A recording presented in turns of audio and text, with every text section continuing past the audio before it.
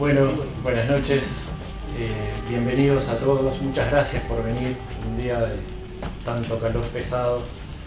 Acá estamos intentando que esté fresquito, pero sabemos que ha costado bastante llegar. Para que los que no me conocen, mi nombre es Henry Hegenser, soy el culpable tal vez de tener a Ricardo por acá, y quiero darles la bienvenida y también comentar un poco que estoy muy agradecido, no solo porque ustedes están viniendo, sino también porque Ricardo está viniendo en un momento en donde estamos inaugurando un centro importante aquí en Montevideo, el cual Ricardo está inaugurando también mañana con sus talleres, así que estamos muy contentos por eso.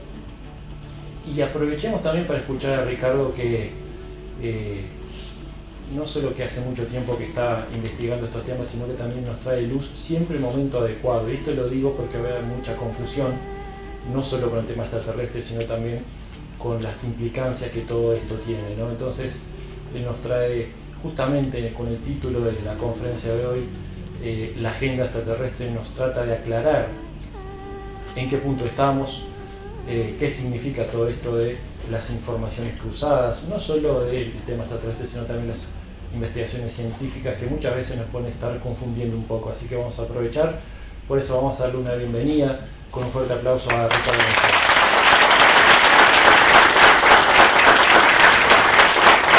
Gracias.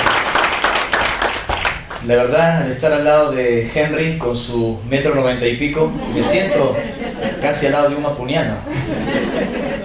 Gracias por la gran concurrencia este día de verano aquí en Montevideo, Uruguay. Estoy muy feliz de encontrarme otra vez aquí entre amigos y acompañando a mi hermano Henry en ese sueño del centro Hegenser que recién han inaugurado en la ciudad para compartir estos temas que van más allá de lo que uno supone. Otros temas en frontera con la realidad, como dicen algunos periodistas españoles. Lo que voy a compartir el día de hoy es una síntesis de esos temas en frontera con la realidad, aunque para mí son la realidad en sí misma. Me refiero a aquella información que nos dice que no estamos solos en el universo, que hay otras formas de vida que están conviviendo con nosotros y entre nosotros, y el objetivo, la información, el mensaje, las enseñanzas que se desprende de los encuentros cercanos. No solo las experiencias que afirmo haber tenido en mi país de origen, en el Perú y en otras partes del mundo que suelo visitar, sino cómo ese contacto ha venido afectando a la humanidad. Obviamente, lo ideal sería que en este auditorio, aquí en la Intendencia de Montevideo, no estuviese hablando este humilde servidor.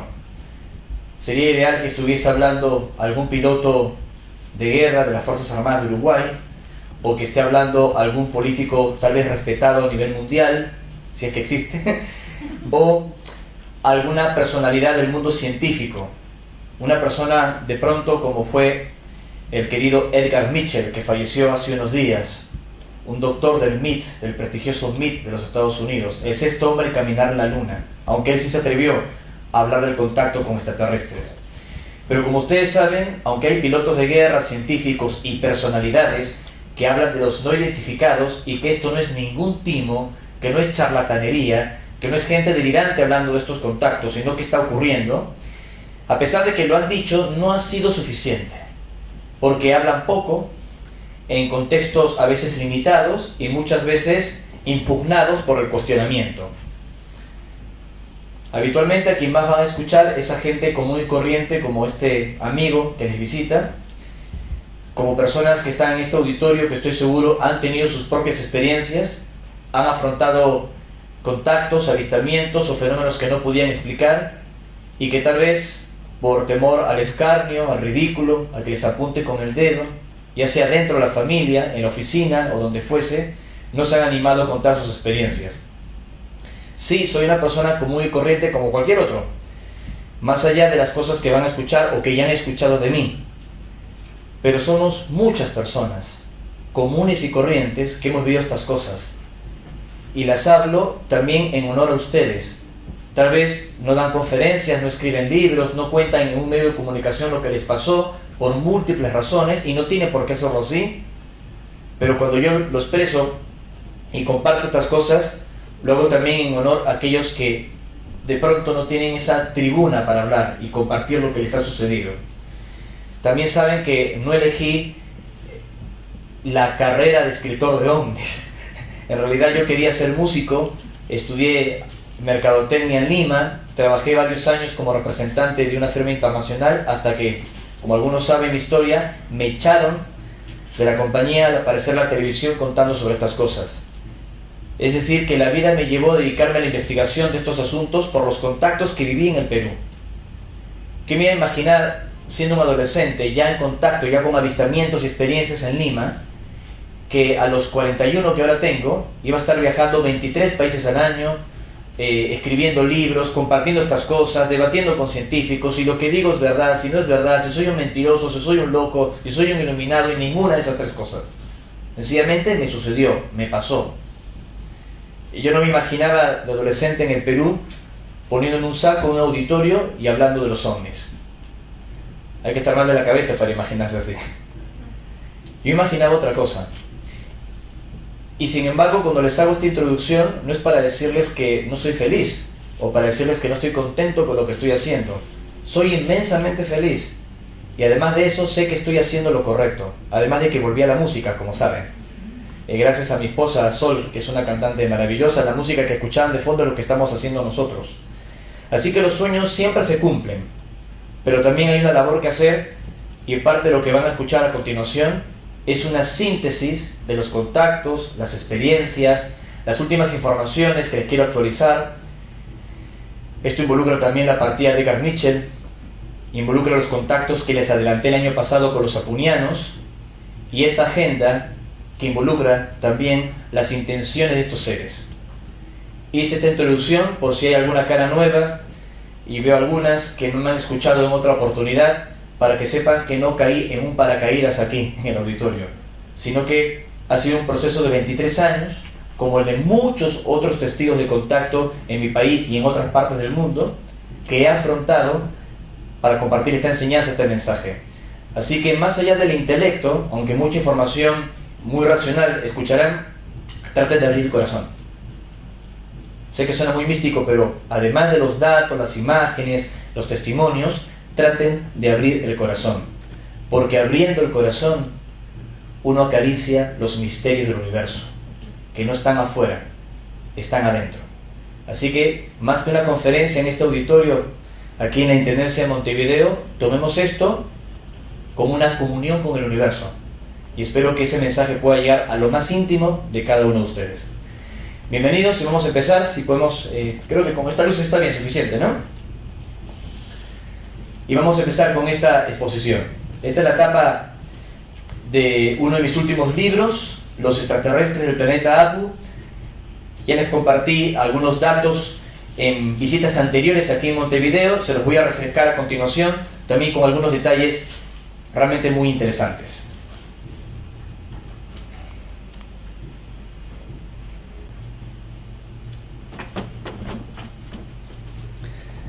Muy bien, ahora sí, disculpen este lapsus, la tecnología. Lo que ocurre es que, esto es un paréntesis, estos aparatos para controlar las computadoras a distancia no están habitualmente diseñados para una Mac, sino para PC. Y yo lo configuré para que funcionase como si fuera una especie de MacGyver, para que funcionase con la Mac, y he logrado que vuelva a funcionar. Así que espero que los haga más seguidos para Mac. Quería empezar con esta imagen. Habitualmente en muchas de mis exposiciones y conferencias soy muy recurrente en las primeras diapositivas. Me gusta empezar con una imagen del universo, con una imagen de las estrellas. No en esta ocasión para dar datos, estadísticas, cifras de que podría existir una gran cantidad de civilizaciones inteligentes en este mar de estrellas. Más que todo para que sientan. Nosotros funcionamos mucho con las imágenes, nos impactan, nos transmiten información. Y cuando uno mira, por ejemplo, esta imagen de Andrómeda, la M31, que está a unos 2 millones de distancia de la Tierra, y ve la inmensidad de lo que es el espacio, y que nuestra galaxia, la Vía Láctea, es una de las galaxias satélite que está en torno a lo que llamamos Andrómeda, lo que los científicos denominan el grupo local o el universo local. Lo primero que uno se pregunta es ¿cómo suponer que somos los únicos en el cosmos? si hay tantos planetas similares a la Tierra, según algunas estadísticas, como granos de arena en una playa. Como dijo el propio Carl Sagan, lo raro no sería que exista vida inteligente en el cosmos, lo extraño, lo insólito es que esta vida no existiese. Y muchos de nosotros empezamos así, contemplando el cielo, mirando las estrellas y preguntándonos si había alguien más allí. Algo que estoy convencido ustedes en algún momento en Uruguay habrán hecho: observar las estrellas en un campamento, en una noche diáfana, amplia, y preguntarse, ¿existe algo allí? Incluso, y no vayan a pensar que es esquizofrenia lo que voy a decir, a algunos de nosotros nos pasaba que al mirar las estrellas de chicos, no solo teníamos esa idea de, wow, cuántas estrellas, tiene que haber alguien allí, sino que teníamos una certeza, que es otra cosa. Y no solo una certeza, sino hasta una nostalgia, como si extrañases una familia, como si supieses que hubiese alguien más, como que no estás haciendo un análisis mental, racional, estadístico de que tal vez según la cantidad de estrellas que estoy viendo debería haber alguien más. No, lo sabías internamente. Así seas una niña o un adolescente, lo sabías. Y tenías como una nostalgia que te decía, formo parte de una inmensa familia cósmica, aunque no lo puedo explicar racionalmente. Y a esa familia cósmica conocí a raíz de los avistamientos que, como ya dije, experimenté en la adolescencia en el Perú, un país que, como también saben, es muy amplio en el misterio. Crecimos con las historias de los incas, del lago Titicaca, de Machu Picchu, el Cusco, las líneas de Nazca. No es que seamos un país de indios que creemos en tonterías, sino que por ese contexto cultural aceptamos lo imposible, por lo menos lo dudamos, nos damos la oportunidad, porque nuestros ancestros nos demostraron que lo imposible es posible. Si uno fue al Cusco, saben a qué me refiero.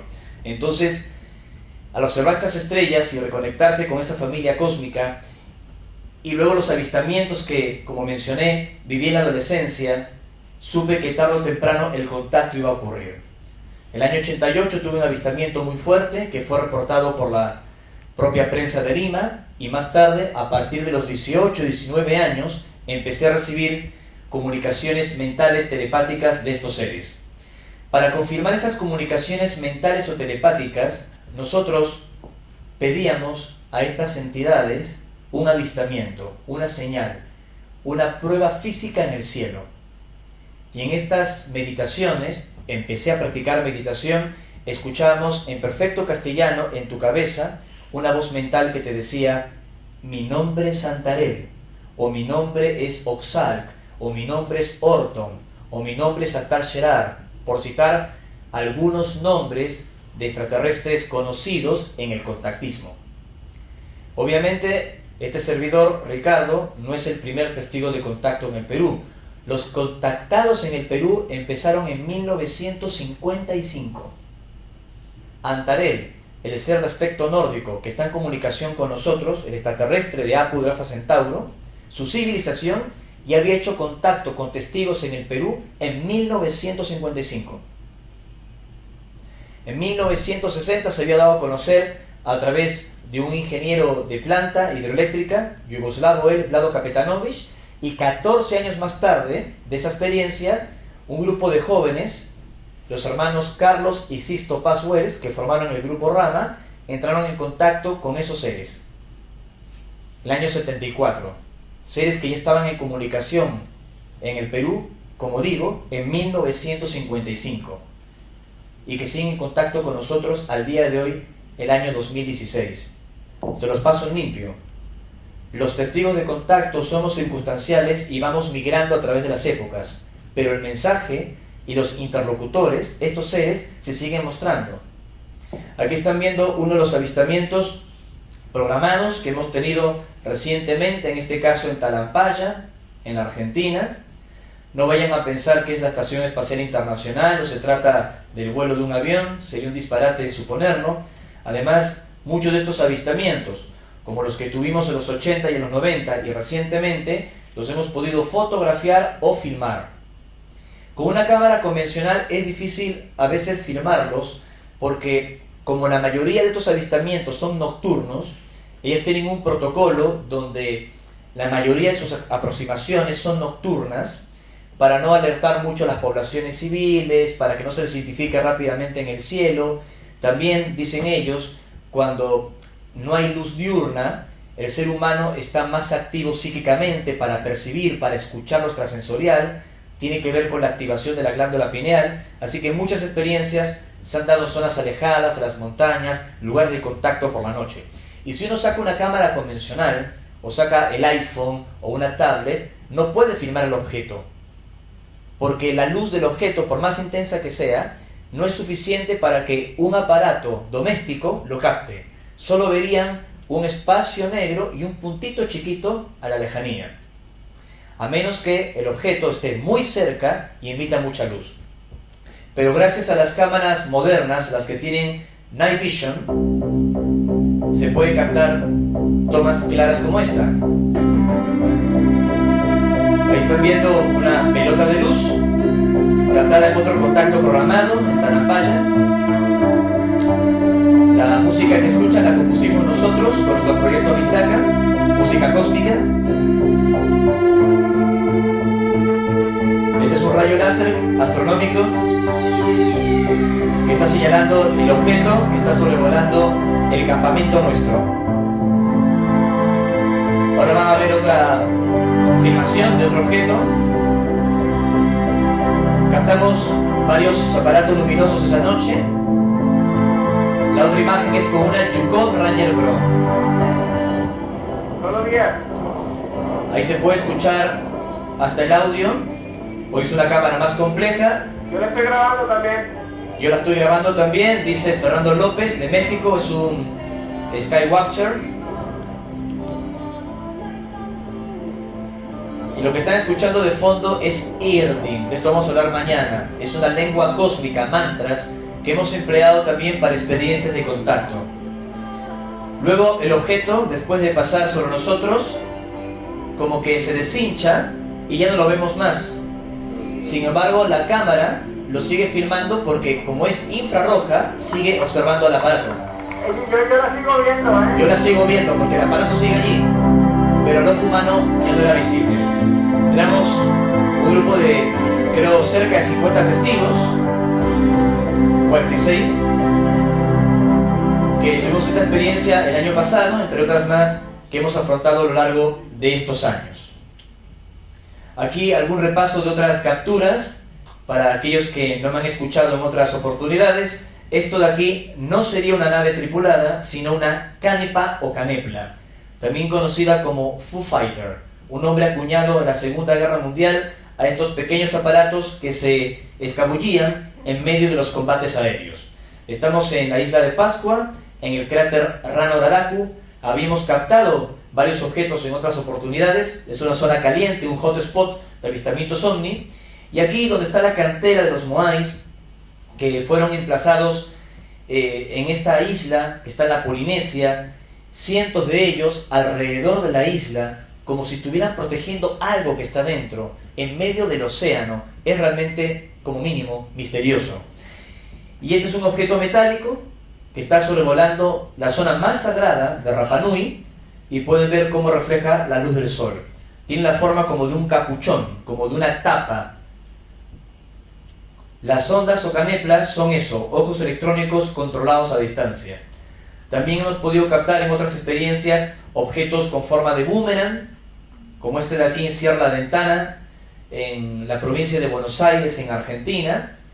Fueron en realidad 2 fotografías que pude lograr con una cámara Nikon y una docena de testigos durante el contacto. El avistamiento programado fue con Antarel. Este es un viejo avistamiento programado que Antarel nos anunció para abril del año 2007, que salió en la primera plana del diario El Cordillerano de Bariloche. Esta fotografía la suelo mostrar porque es uno de los avistamientos programados de la oleada ovni Bariloche, en realidad más importantes. No lo tomamos nosotros, lo tomó un guía de montaña durante esta oleada, que, como digo, había sido anunciada por Antarel en un contacto que tuvimos a fines de marzo en la meseta de Sumuncura, esto entre Río Negro y el Chubut. Y es una imagen clara para aquellos que dicen, son lucecitas en la noche. Están viendo el Cerro Catedral en la Patagonia Argentina, la luna, el cielo sin nubes, esto es una mancha de la pantalla, no es una nube, y un objeto metálico que tiene 300 metros de largo. ¿Les parece que eso es un avión? ¿Que es un insecto en la lente de la cámara? ¿O que es Iron Man? Obviamente, cuando las naves nodrizas, como conocemos a estos objetos con forma de cigarro, son captados, es por una simple y llana razón. Porque en esa zona se encontraría o una puerta de acceso o de salida, ya sea física o interdimensional, o una base. Lo que están diciendo con esta imagen estos seres es que en algún lugar de la Patagonia tendrían alguna instalación o puerta de entrada y de salida. El contacto con ellos, con Antarel, los apunianos y otros seres de origen extraterrestre porque son originarios, proceden, nacieron fuera de la Tierra, pero no quiere decir que siempre fueron extraterrestres, ya lo voy a explicar un poco más adelante. En estos contactos, estos seres nos fueron sugiriendo ir a una serie de lugares, de enclaves de poder muy importantes en el mundo. Las condiciones se nos dieron, no sé cómo, pero pudimos viajar por todo el planeta a otros lugares de poder. De pronto nos tocaba estar en el Cerro Litorco en la Argentina, o en el Valle de Urubamba en el Cusco, o en la mítica estancia de la Aurora, aquí en el Uruguay. Conocí en vida a Ángel Tona, o tal vez en Monte Shasta, como ven en la diapositiva, al norte de California. Hemos estado también en Asia, en África, en la Siberia, en un montón de lugares, constatando que existen otras bases, que hay experiencia de avistamientos ovni, que hay contactos, y que en esos lugares mágicos, llenos de poder y aislados, tienen milenarias instalaciones donde están protegiendo algún tipo de información y hasta tecnología. En Monte Shasta fue la última oportunidad que pude verlos a ellos físicamente dentro de una nave. Sé que suena increíble, y otra persona que no me conoce pensará que estoy mal de la cabeza. Pero estos avistamientos, estas imágenes, estos mensajes fueron a más. ¿Me explico? Fueron empezando con avistamientos, mensajes, contactos cara a cara, hasta que luego tuve la oportunidad, y les prometo que no les estoy mintiendo, esto realmente me pasó, de haber estado materialmente dentro de una nave. Lo recuerdo con la misma claridad que el buquebús que me trajo ayer, del puerto de Buenos Aires al puerto de Montevideo, o como un avión de Iberia cuando vuelo a Madrid. Fue exactamente igual.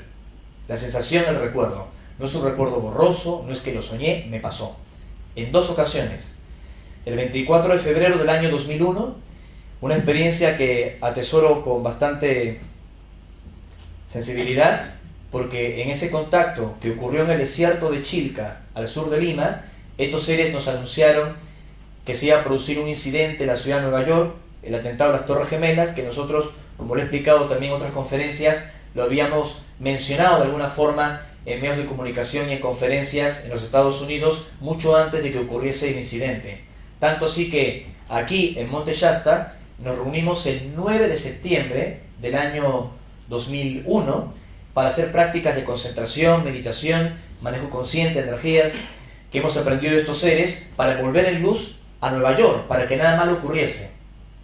Se podrán imaginar que cuando vi caer las torres fue como una decepción, porque no lo pudimos evitar. No sabíamos exactamente cómo iba a ocurrir este supuesto atentado ajeno a Estados Unidos, pero sucedió y, como saben, cambió las reglas geopolíticas del mundo. Y no lo vi desde Sudamérica, lo vi en Estados Unidos. Y de hecho había estado una semana antes en Nueva York y había estado en las Torres Gemelas. Fue muy impactante. Y es allí cuando los extraterrestres nos explicaron que ellos no son mensajeros de catástrofes, sino que hay algunas cosas que ellos pueden detectar, no exactamente porque sean superpsíquicos, a pesar que lo son, sino también porque su tecnología les permite interceptar nuestros medios secretos de comunicación. ¿Se entiende lo que digo? Si hay una conspiración programada, secreta, nosotros no lo sabemos y parece un atentado sorpresa, pero ya estaba planificado, metódicamente urdido. Y obviamente si los extraterrestres tienen esa tecnología que les permite interceptar nuestras señales de comunicación encriptadas, secretas, con conspiraciones, saben qué cosas podrían ocurrir. ¿Se entiende lo que le estoy diciendo? Es bastante fuerte. ¿Y por qué no lo evitan? Pueden, pero no deben. Tratan de que el ser humano, por mérito propio, pueda modificar las cosas que están sucediendo en nuestro planeta.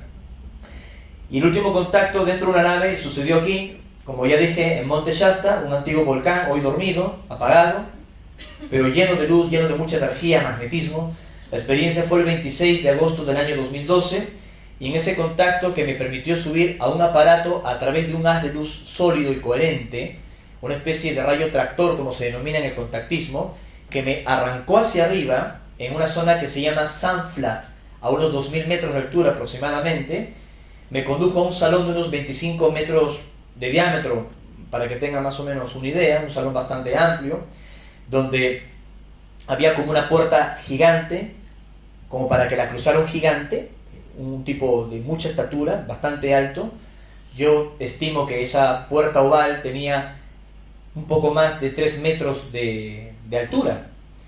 Y flanqueando ese orificio, porque no había una puerta, no había manijas, y todo era blanco, brillante, la luz salía de las paredes, del techo, de todas partes, y como que te atravesaba, no generaba sombras, lo cual me llama la atención. Los escépticos dicen, claro, no veías tu sombra porque estabas soñando, no estabas físicamente allí, pero te atraviesa la luz. No genera una sombra como la estoy viendo ahora aquí de mi mano, del micrófono, por estos focos que me están alumbrando. Era una luz distinta, diferente, una luz fantasma, una luz especial. Y flanqueando esa puerta, como decía, había dos figuras, una mujer de mediana estatura, 1,72 m, 74 aproximadamente, más o menos de mi tamaño, y un varón alto, de aspecto como de suizo, de noruego, con el cabello largo, muy rubio, un rubio tan claro que es más cano, platinado que otra cosa, y vestido al igual que la mujer, con un interizo plata pegado a un cuerpo que era esbelto y proporcionado. Este hombre era Antareyo. Y en ese contacto, estos seres me explicaron la importancia de viajar al Altai, de viajar a Siberia, para conectar con una información que se encontraba allí. Yo sabía de la existencia del Altai porque es el lugar donde Nicolás Roerich, el famoso pintor y humanista ruso, se inspira para crear la bandera de la paz, el movimiento de la paz, que más tarde se firma un pacto en 1935 en los Estados Unidos y que sienta las bases de lo que en 1940 y pico sería la UNESCO. O sea, la UNESCO se basa en el Pacto Roerich, y el Pacto Roerich se basa en un contacto que habría tenido Nicolás Roerich en Asia Central. Entonces fuimos a esa expedición por sugerencia de los extraterrestres y tuvo unas consecuencias increíbles, maravillosas. Les cuento esto porque las experiencias y los contactos que hemos tenido con estos seres siempre han involucrado mensajes y tareas específicas que hemos tratado de compartir con la gente, su mensaje, su valor práctico, y por qué estamos promoviendo la conciencia de la paz, y por qué para estos seres extraterrestres les interesa tanto. ¿Quién es Antarel? ¿Quién era esa mujer? ¿De dónde vienen? ¿Por qué les interesamos tanto a nosotros? ¿Qué pasó en sus mundos de origen? ¿Por qué no toman cartas en el asunto de una vez por todas y dejamos de hablar de ellos en conferencias y vivimos como una familia y nos ayudan a solucionar otros asuntos? Esas preguntas las iré respondiendo en la medida que vaya avanzando cuando me adentre en la agenda. Ese contacto del 26 de agosto del 2012 contó con varios testigos y un avistamiento previa cita para confirmar que la experiencia se iba a dar. Pero obviamente los escépticos me decían, ¿y por qué no tienes una fotografía de Antarel? Si tienes fotografías de las naves y has llevado testigos a avistamientos programados, ¿por qué no tienes una fotografía, y en HD, de Antarel? A mí me gustaría tener una selfie con Antarel y subirla a mi Facebook, como si eso fuera a ser prueba suficiente de los contactos que tenemos.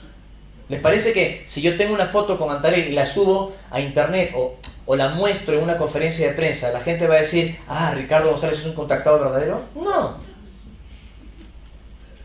Solo quien vive la experiencia lo sabe, más allá de las fotografías y todo lo que yo les pueda contar aquí.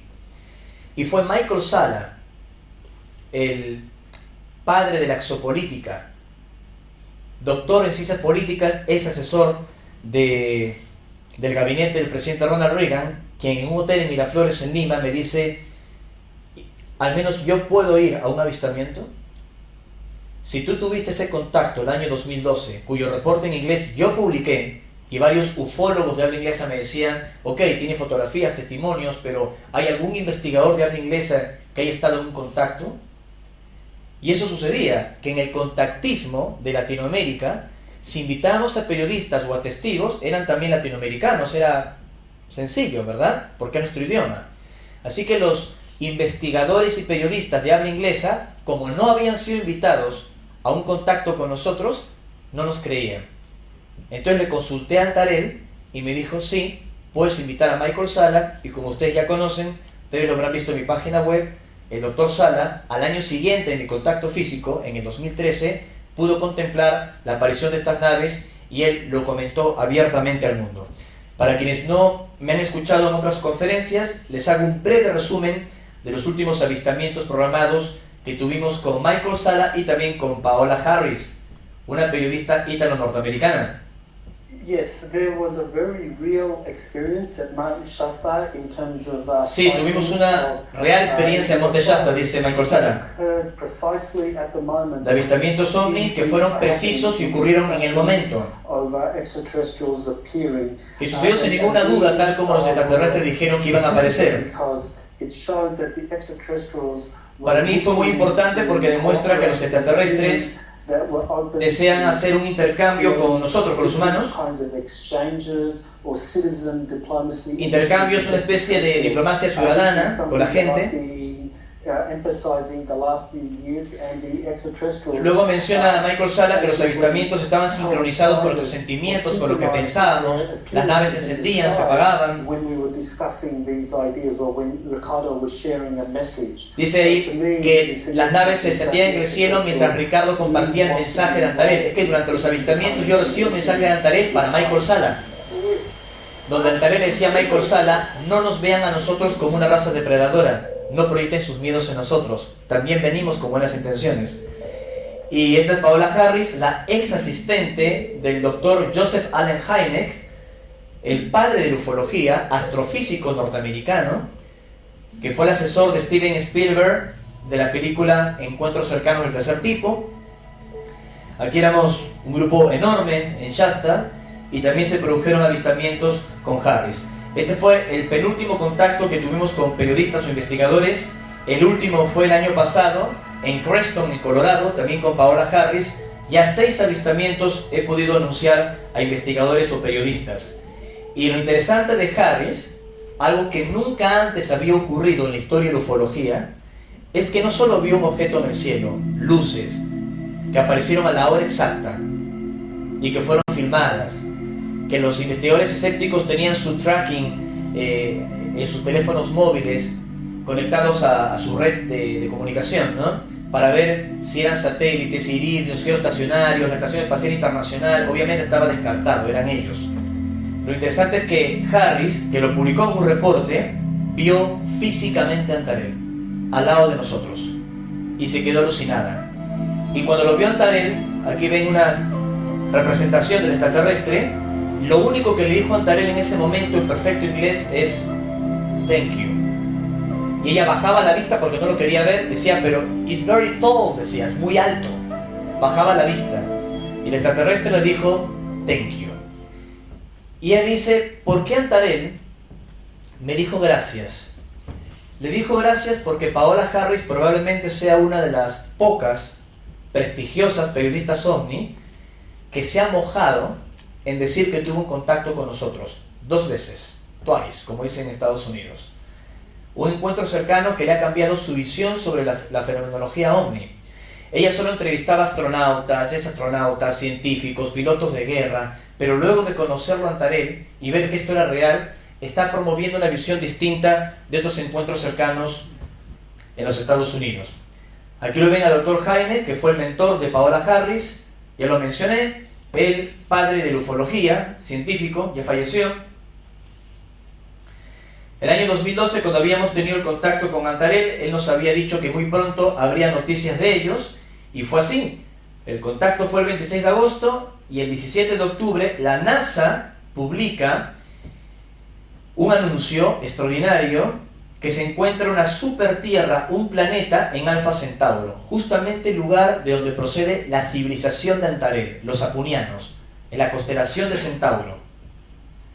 Para aquellos que no me han escuchado en otra ocasión, este hallazgo extraordinario se hizo gracias al observatorio de la Silla, que está en la región de Atacama, en Chile, y que permitió confirmar lo que hace mucho tiempo los extraterrestres nos habían dicho, que en Alfa Centauro existen planetas con condiciones de vida como la Tierra, y no están tan lejos. Estamos hablando de unos 4 años luz de distancia, no como la estrella Mintaka en Orión, que está a 915 años luz de distancia, o Andrómeda, la galaxia, que está a 2 millones de años luz, sino 4 años luz. ¿Y cómo llegaríamos allí? Andarel, el año 2001, me había dicho que investigase el proyecto Longshot, un proyecto que existe, que involucró la Academia Naval de Estados Unidos, que luego se abandonó, lo encararon en los años 80, y era un proyecto para enviar una sonda no tripulada a Alfa Centauro. Luego el proyecto fue cancelado, aparentemente, pero han seguido estudiando la forma de llegar a Alfa Centauro. ¿Por qué? ¿Y por qué nos mienten ahora con lo de Marte, que nos queremos mudar a Marte? Porque es una cortina de humo. Yo lo expliqué en algún momento aquí en Uruguay. Si ustedes viven en un edificio, y si en su departamento, por las cañerías o por algún tema que está ocurriendo en el edificio, se inunda el departamento, lijan las paredes, cambian las cañerías y siguen teniendo problemas, alquilando ese departamento, ¿qué cosa harían? Se mudan, ¿verdad? Y hago una segunda pregunta. ¿Se mudarían al departamento de al lado? No, más lejos. Se mudarían como mínimo a otro edificio. Entonces, ¿por qué no vamos a mudar al departamento de al lado, que puede ser Venus o Marte? Es una cortina de humo. El proyecto auténtico es ir a Alfa Centauro. Muy bien, esta primera parte fue orientada más a la gente que antes no me ha escuchado. Quienes me siguen, la difusión que suelo hacer en mi página, en mis conferencias, ya están bastante familiarizados con lo que acabo de contar. Pero ¿cuándo empezó el contacto en Perú? Como dije, en 1955. Y los artífices de ese contacto fueron los apunianos. Tiene que ver con una agenda que los testigos denominamos las misiones secundarias, o los programas de contacto. Y aquí empiezo a hablar en términos un poco más profundos. Para que entiendan, hay 2 conceptos en el contactismo. El primero, la agenda global o el plan cósmico.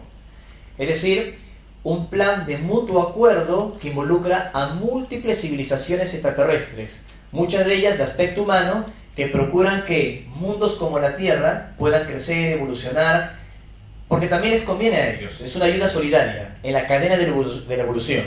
Si el ser humano supera sus problemas y puede elevar su nivel de conciencia y de conocimientos, tarde o temprano estas civilizaciones estelares también van dando su salto evolutivo. ¿Me siguen hasta allí? Eso es el plan cósmico, la agenda global. Ese plan cósmico tiene subprogramas, subagendas, que se van insertando en mundos como la Tierra. Son subprogramas de acercamientos antropológicos, que los extraterrestres llaman misiones secundarias. Y hay múltiples misiones. Algo que ha sucedido en el contactismo, que uno a veces se encariña mucho con la misión de contacto de la que participa, y por ver el árbol no ve el bosque. Y niega o cuestiona otras misiones de contacto o niega la existencia de un plan global. He llegado a escuchar a grupos de contacto decir: solo esto es información que involucra nuestra propia misión de contacto. O sea, casi en una postura sectaria, religiosa y fundamentalista, al no tratar de abrir los ojos y darse cuenta que estas misiones secundarias y que estos grupos de contacto eran como riachuelos, y que del 2012 en adelante han ido juntándose para llegar al océano y ser todos parte de un gran mar, que es el plan cósmico. Pero uno se acostumbró tanto tiempo a navegar en el riachuelo que dice: no quiero dejar de ser riachuelo. ¿Se entiende el ejemplo? Ese océano es la agenda global, y esto involucra tirar del hilo para ver desde cuándo realmente estos seres están aquí y cuáles son sus propósitos. Ellos pretenden que estas misiones secundarias o microprogramas del plan global se unan en un gran plan de ayuda de conciencia planetaria. El contacto entonces con los apunianos, en el caso del Perú, no empezó ni conmigo en los 90, ni con grupos de contacto en los 70, sino que hay antecedentes que nos remontan, como ya dije, en los años 50. Richard Greenwald, uno de los más importantes investigadores OVNI de aquel entonces, que fue miembro de la APRO, de la cual más tarde se genera la MUFON, la Mutual UFO Network de Estados Unidos, había vivido varios años en mi país, en el Perú, y ya en los años 60 daba conferencias sobre el fenómeno OVNI, como pueden ver, en el planetario, en el Morro Solar de Lima, es decir, para la Sociedad Astronómica Peruana. Porque él sabía que estos contactos se estaban produciendo especialmente en una zona del Perú, en una zona de mi país, en las montañas de Ancash. Esto lo voy a avanzar rápidamente, ya que lo he presentado el año pasado con profundidad, quienes estuvieron conmigo, pero Greenwald logró hacerse con estas fotografías tomadas por unos habitantes de Ancash, los peruanos Arranda y Orén, que muestran en la Cordillera Negra, exactamente en lo que es el Callejón de Huaylas, estos aparatos discoidales de día, captados con una vieja cámara Voigtlander, si mi memoria no me traiciona. Pudo hacerse las fotografías por una trampa que hizo un laboratorio de la Kodak, no porque los tipos se la entregaron, y así se pudo comprobar las operaciones de esta tripulación extraterrestre en los Andes de Ancash. Aquí ven unas ampliaciones, los estudios, la misma civilización de Antarel, de los apunianos. ¿Y por qué apunianos? ¿Por qué ese nombre apuniano si vienen de Alfa Centauro?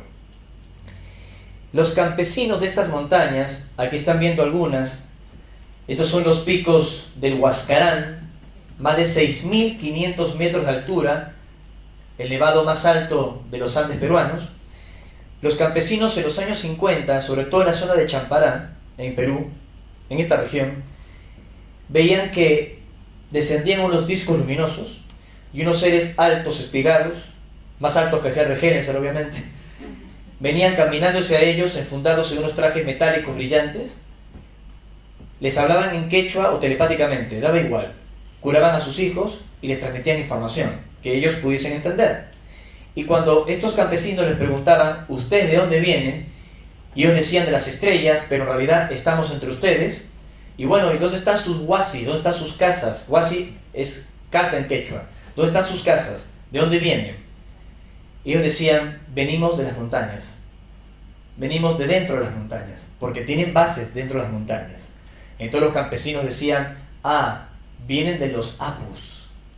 Porque en mi país, como ustedes sabrán, la palabra apu en quechua significa protector, señor o el espíritu de las montañas. De allí viene el término apuniano.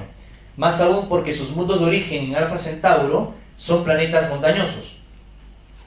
El resto de la historia, algunos de ustedes la conocen. Volvimos después de muchos años a Ancash a recorrer la zona. Aquí pueden ver lo que es la ciudad de Huaraz, una de las ciudades principales. Miren cómo se ve el nevado Huascarán, es impresionante. Esta es la zona de injerencia del contacto extraterrestre con los apunianos. Un reconocido investigador uruguayo del fenómeno OVNI, que es considerado pionero de la investigación OVNI en Latinoamérica, uno de los grandes pioneros, en los años 70 fue a esta zona a investigar el contacto con los apunianos, ¿sabían? Fue acompañando a José Carlos Paz García, el fundador del IPRI, otro pionero de la investigación OVNI. José Carlos Paz García es el padre de Carlos y Sisto Paz, los hermanos peruanos que fundaron en los años 70 el Grupo Rama, hoy disuelto como estructura o organización. Este investigador uruguayo es Fabio Serpa. Fue en los años 70 con José Carlos Paz García a investigar el contacto con los apunianos y aceptó que ese contacto era real. Es más, hace poco estuvimos en Capilla del Monte, dimos una conferencia a los dos y pueden ver el vídeo en YouTube donde él comenta eso. Sí, yo fui a investigar el contacto con los apus, el contacto con los apunianos. Y aprovecho para anunciarles, si Henry me lo permite, no sé si está por aquí, pero Fabio Serpa, después de muchos años que no venía al Uruguay, los va a visitar. Estuve reunido con él hace pocos días, tenemos mucha amistad, yo lo aprecio mucho, y Henry Helleser va a traer a Fabio Serpa a su país, a Uruguay, para que les comparta sus últimas investigaciones. Yo lo aprecio bastante porque fue un valiente en contar estas cosas en los años 60, cuando todo el mundo se burlaba, se siguen burlando al día de hoy algunos, y a pesar de sus 80 y pico de años, 87 si mi memoria no me traiciona, sigue dando charlas con una lucidez realmente brillante. Así que si pueden apoyarlo cuando venga su paisano aquí, traten de escucharlo al gran amigo Fabio Serpa. Continúo. Aquí están viendo el Camposanto. Esta es una zona clásica del lugar porque allí se salvó mucha gente en el terremoto de 1970.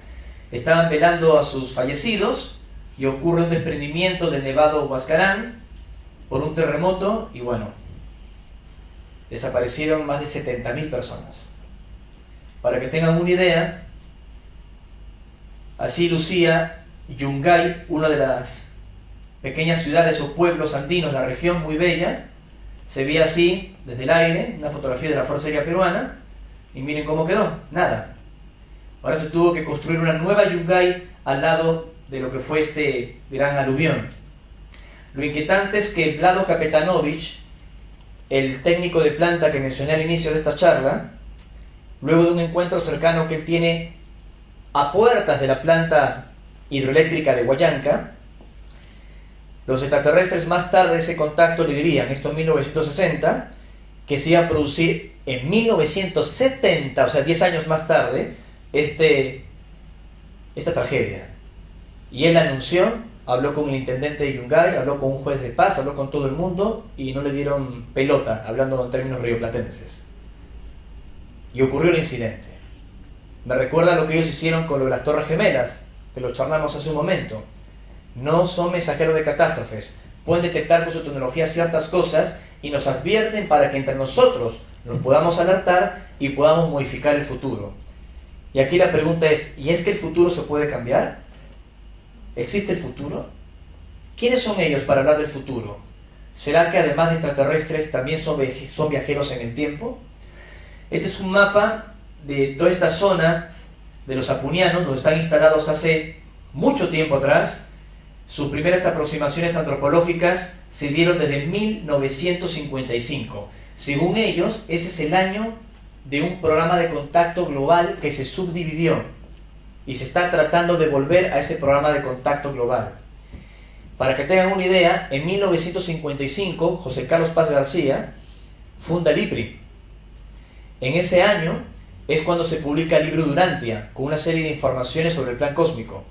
En ese año también se publica por primera vez el controvertido registro TEDRA, de la norteamericana, también polémica, Dorothy Martin, que hablaba por primera vez de Paititi, del muro de Puyaro, del disco solar del Coricancha, de Mu o de Marcahuasi, temas que muchos años después algunos grupos de contacto los utilizarían, como ir al Paititi, Marcahuasi o los encuentros cercanos. Eso no empezó en los 70, en el año 55 ya se había recibido esta información.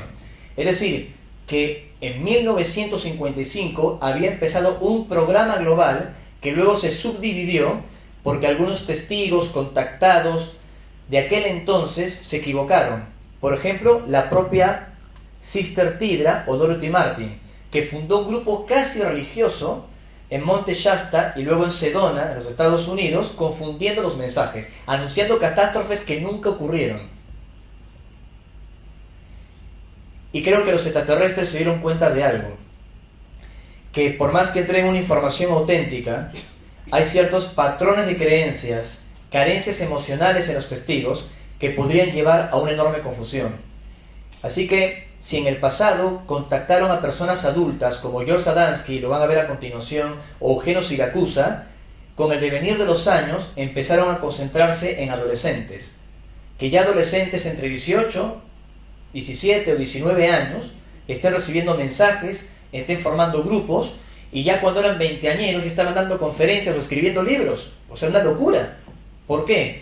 Porque eran más plásticos mentalmente, tenían mayor permeabilidad, para que así se puedan formar una sociedad distinta en comunión con el cosmos. ¿Cuál es el siguiente paso? Ya lo pueden adivinar. Que esta nueva educación de las estrellas empiece con los niños. Como Ami, el niño de las estrellas, se leyeron ese hermoso libro de Enrique Barrios. Muy bien. El último contacto, no dentro de una nave, sino la última experiencia directa con extraterrestres, con Antarel y compañía, ocurrió aquí, en Yungay, la zona que les estoy mencionando, en la zona de Chipuna, donde está esta piedra de poder, y aquí detrás está el Huascarán, que está tapado por estas nubes. A través de esta piedra pude ser desplazado al interior del Huascarán en lo que yo llamo una especie de dislocación, porque una parte de mí quedó como materialmente apoyado en la piedra, mientras mis compañeros de expedición estaban en la zona apoyándome, y otra parte de mí estaba también como materialmente frente a Antarel e Ivica, estos seres que se encontraban dentro del Huascarán, acompañados de una tercera figura, una tercera extraterrestre, que se presentó con el nombre de Aymana. Es una ilustración muy cercana a los seres que hemos visto, hecha por el artista santafesino Ramiro Rossi, Antarel e Ivica. Creo que en ese contacto del pasado 12 de abril del 2015, me tocó recibir una de las informaciones más alucinantes, más increíbles y más importantes de todos estos años de contacto que me ha ocurrido. Tratando ellos de explicarnos algunos datos que anteriormente habían entregado sobre ellos. Datos que empezaron a fluir a través de unas imágenes que uno de ellos iba proyectando a través de un cubo. Nosotros le llamamos el hipercubo, que es una forma de comprender o entender la cuarta dimensión. Ustedes saben que el cubo es uno de los 5 sólidos platónicos, y si en líneas equivalentes construimos un cubo alrededor del otro cubo, se forma un tesseracto o un hipercubo, que es una manera, como digo, de comprender matemáticamente la cuarta dimensión. Esto lo vamos a explicar ya con mayor detalle en el taller del día domingo, ya que es el Mérkaba de los apunianos. Así como se puede trabajar con uno de los sólidos platónicos, que es el tetraedro, lo conocen, ¿no?, que es la pirámide de base triangular, se juntan dos y se forma una estrella tetraédrica. Con el hipercubo, el Mérkaba de los apunianos, se puede hacer otro tipo de trabajos poderosos. También con el octaedro. El icosaedro y el dodecaedro tienen otro tipo de funciones de proyección fractal, de manifestación de energías, que lo explicaremos también más adelante porque es muy complejo tratarlo aquí.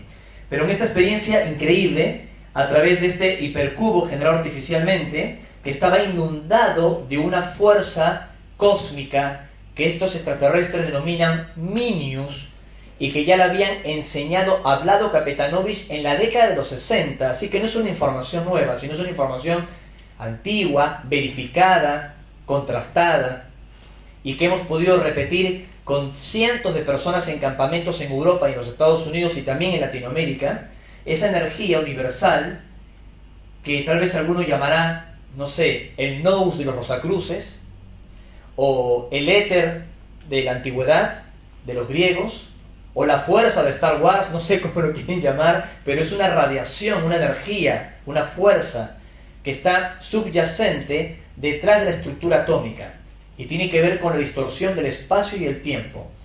Y ellos dijeron que muy pronto íbamos a descubrir nuevas partículas y nuevas formas de energía en el universo, que nos iba a acercar a la comprensión del Minius y al espacio y el tiempo. Y miren todo lo que está pasando este último año, con todos los anuncios que están haciendo. Tanto así que Kip Thorne, el científico que asesoró a Christopher Nolan, si mal no recuerdo, para hacer la película Interestelar, dijo que la película perfectamente se puede hacer realidad. No lo dijo Juan Pérez o Perico Los Palotes, lo dijo Kip Thorne, un científico, un físico muy importante que está siendo consultado por el hallazgo que se dio a conocer hace muy poquito nomás en los Estados Unidos. Ya me referiré a todo ello. Así que en estas imágenes del hipercubo ellos nos contaron su historia y tiene que ver con esta agenda extraterrestre. Tanto los que la escucharon como los que no la escucharon seguro les va a sorprender adentrarse otra vez en esa información. Ellos dicen que los humanos abandonamos la Tierra. Así de simple. Dicen que los humanos abandonamos la Tierra. Tengo miles de preguntas y no tengo las respuestas, obviamente.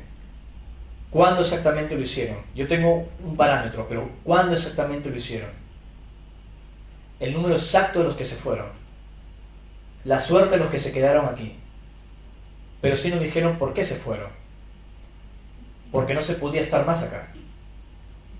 La superpoblación, los recursos depredados del planeta y un incidente de naturaleza celeste que nos golpeó y nos afectó, más nuestras guerras, hizo imposible la convivencia y obligó a que las potencias más importantes del mundo con tecnología espacial se agrupasen en una corporación y lanzase al espacio, ya pueden adivinar hacia dónde, hacia Alfa Centauro, astronautas jóvenes, adolescentes, científicos, una selección de la humanidad para terraformar un planeta en Alfa Centauro y volver a empezar.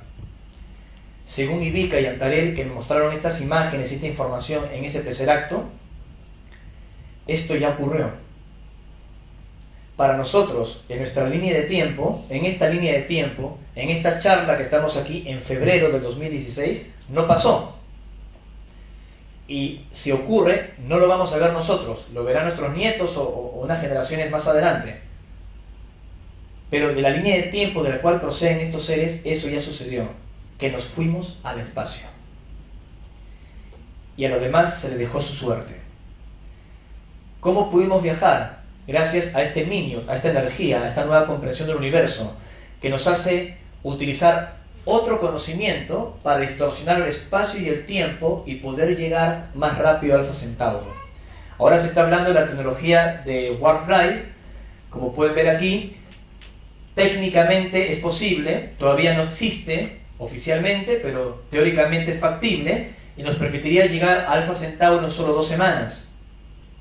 Hasta hay algunas niñas en Rusia que han diseñado naves para llegar a Alfa Centauro y ahora están trabajando para la NASA. Impresionante. Un viaje que, de acuerdo a lo que me mostraron en esta experiencia, se realiza desde una plataforma de lanzamiento espacial emplazada en el desierto de Atacama, en Sudamérica, en Chile. Un viaje, como pueden ver en esta recreación en el vídeo, hacia Alfa Centauro, donde estos astronautas llegan, pero pierden la memoria, porque, de acuerdo a Antarel e Ivica, una radiación o algo en el cosmos, en el viaje, les hace perder la memoria. Y cuando llegan a Alfa Centauro, en otro tiempo, no en línea recta, sino en otro tiempo de Alfa Centauro, se encuentran con una civilización extraterrestre que lo había colonizado, es decir, los ancestros de Antarel. Lo que ocurre más tarde, siempre según el relato de los extraterrestres, parece película de ciencia ficción, que los astronautas humanos científicos que habían perdido la memoria se mezclan con los extraterrestres. Y esa es la raza mestiza a la que se le entrega la información de dónde venían sus padres, o dónde venían parte de sus ancestros, de un planeta llamado Tierra.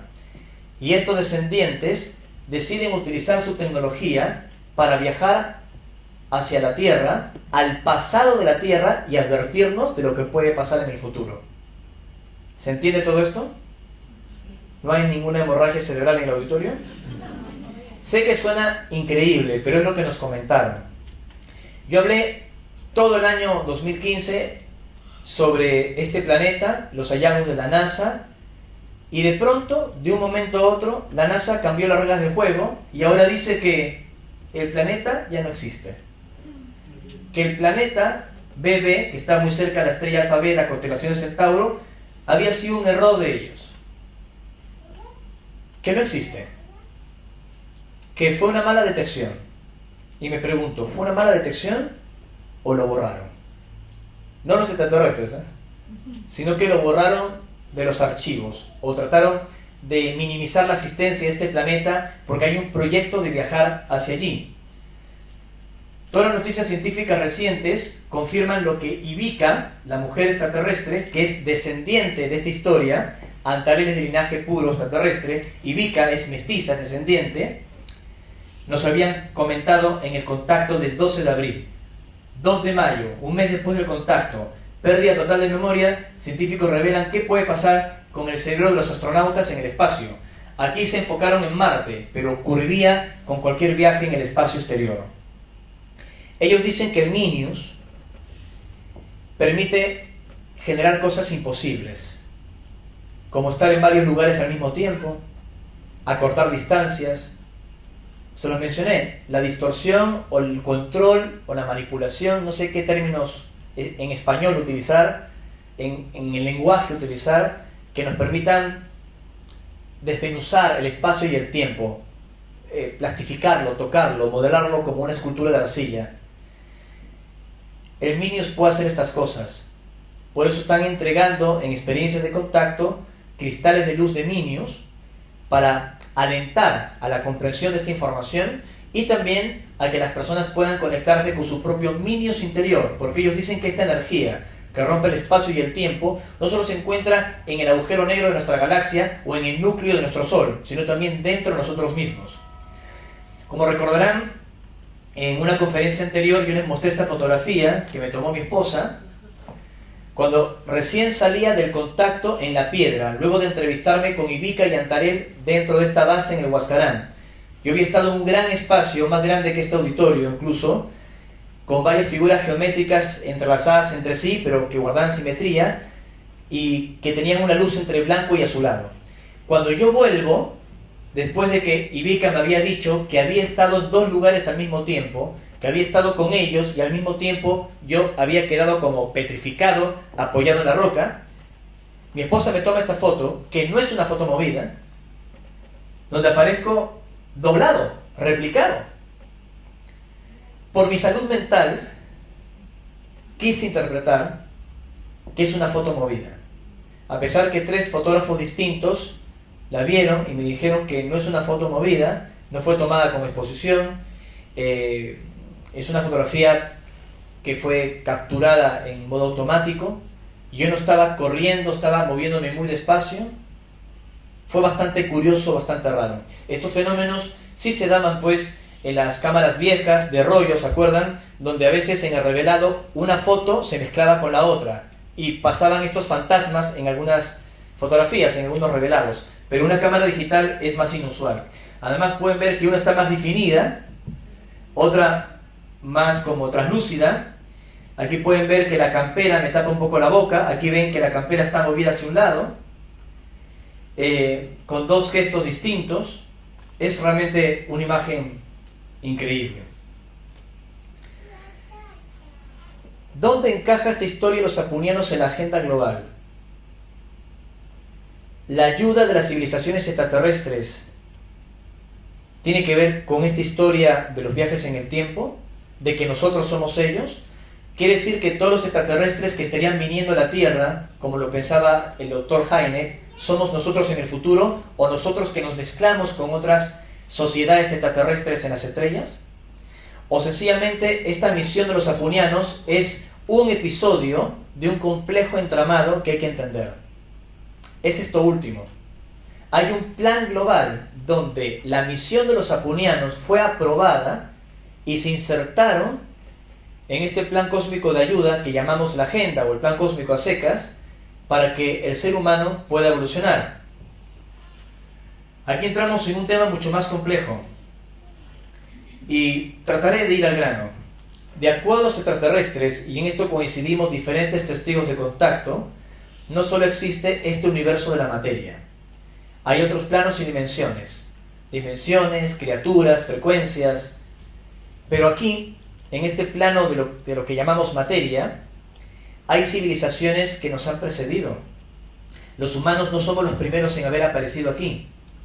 Hay criaturas, civilizaciones, que ya navegaban en el espacio antes que hubiese vida inteligente en la Tierra. Son como nuestros hermanos mayores. Pero estos hermanos mayores cometieron algunos errores. Desarrollaron un gran nivel de tecnología que les permitió recorrer el cosmos y colonizar otros planetas.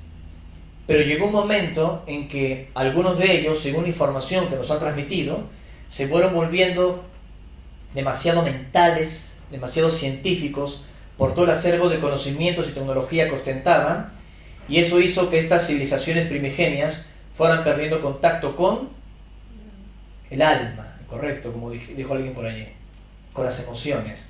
Y cuando digo las emociones, no me refiero a nuestras cascadas químicas, neuropéptidos y cosas, me refiero a las emociones del alma. Se fueron transformando casi en robots. Una de las civilizaciones más legendarias de las que nos precedieron en este mar que es el universo, se encuentra en el sector que llamamos Orión. En esta fotografía, la nebulosa de Orión, que está a unos 1600 años luz de distancia, más conocida como la M42. Estas son diapositivas de un arte de sci-fi que recrea lo que les trato de contar. El avance tecnológico de estas civilizaciones extraterrestres, pero que, como dije, al perder cierto contacto con su esencia, lo espiritual, se volvieron muy frías, muy mentales, y llegaron a tener hasta conflagraciones entre ellas, entre estas civilizaciones. Las guerras de los cielos que se mencionan en las antiguas epopeyas sumerias, en las leyendas viejas de Egipto o en la Biblia. Sé que suena increíble, pero hubo guerras no humanas en los cielos. Todos nuestros ancestros cuentan de estas guerras. Y parece que fue una crisis muy importante entre ellos. Se dieron cuenta que habían llegado a un límite, al límite de enfrentarse entre ellos, al límite de quedarse estancados en su propio aprendizaje y evolución. Entonces, en medio de ese contexto, narran los extraterrestres, jerarquías que están por arriba de ellos, que no son físicas, que no están en este universo material de 7 dimensiones principales, sino jerarquías que están en niveles superiores de frecuencia, donde no existen ni el espacio ni el tiempo, y que son denominadas Helel o resplandecientes por estos extraterrestres. Algunos les llamamos ultraterrestres. Tal vez sean los tronos, dominaciones, potestades que se mencionan en la Biblia, ángeles, por llamarlo de alguna forma, que más que seres con carita de muñeca y alas en las espaldas, son programas conscientes de la creación que asisten a los testigos. Es muy complejo de explicar, pero sí existe, sí sucede, sí ocurre. Lo que sea de que esta jerarquía no extraterrestre, sino ultraterrestre, los resplandecientes, tuvieron como un concilio, como un consejo. Y aquí estoy utilizando términos muy humanos para que se pueda entender en esta conferencia. Hasta me siento ridículo tratando de explicarlo.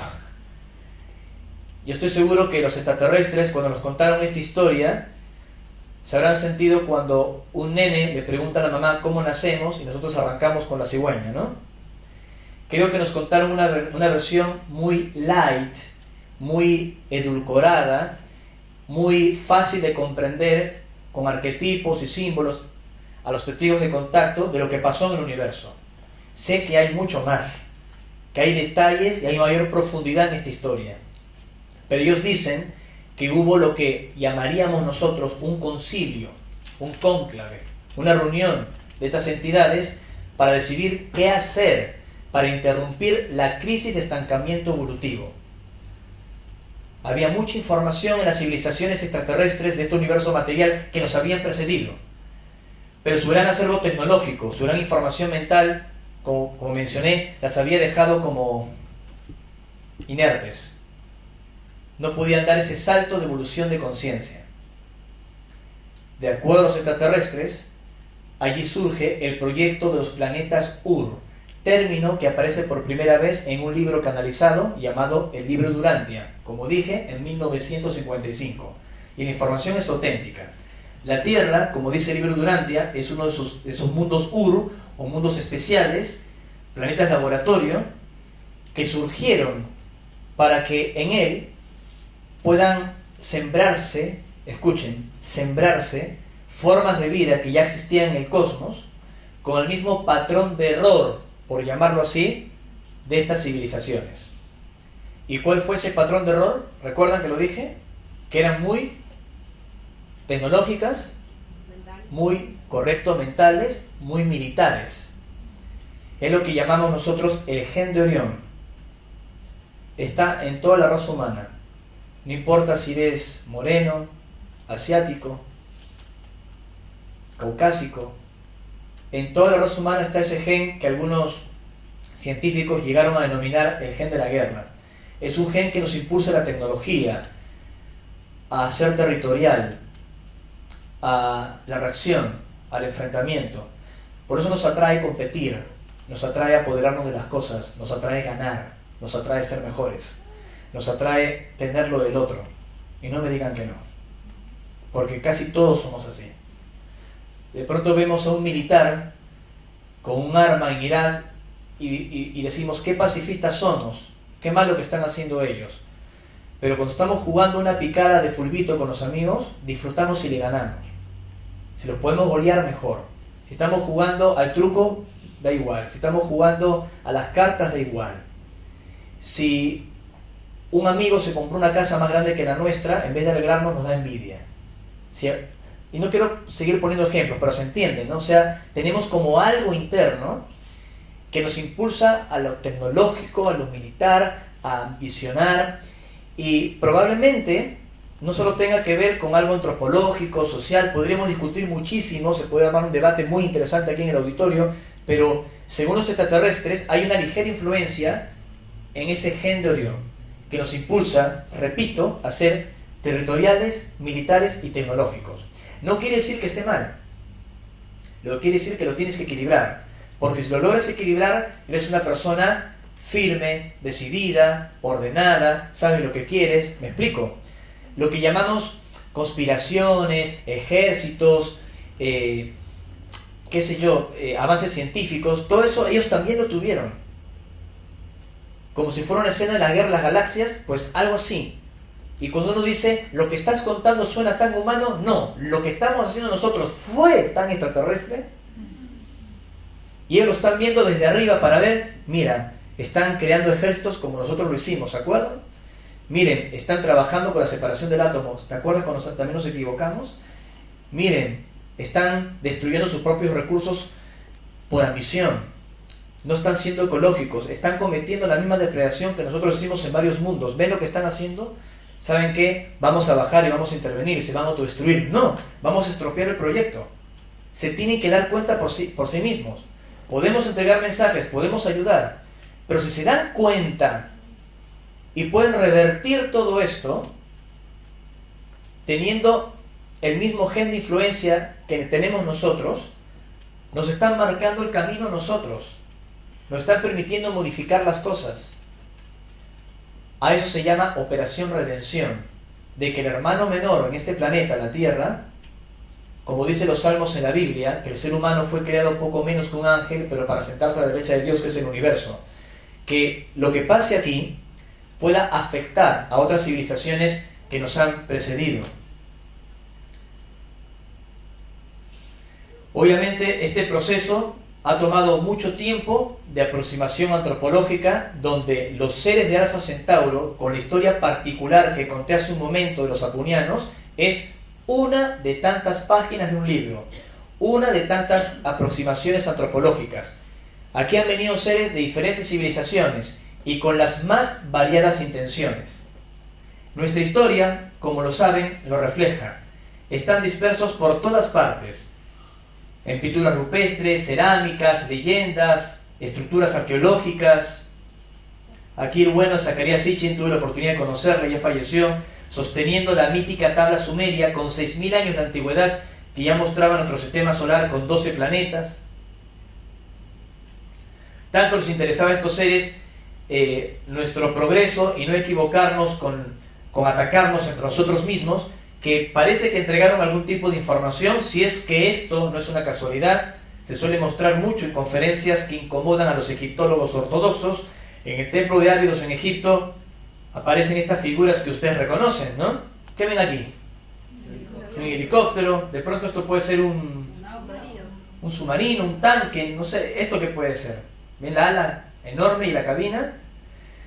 No es un truco mental donde uno dice, claro, son figuras extrañas que como se parecen a cosas que nosotros conocemos en el siglo XXI, le damos ese significado, como quien ve figuras en la taza de café o en las nubes.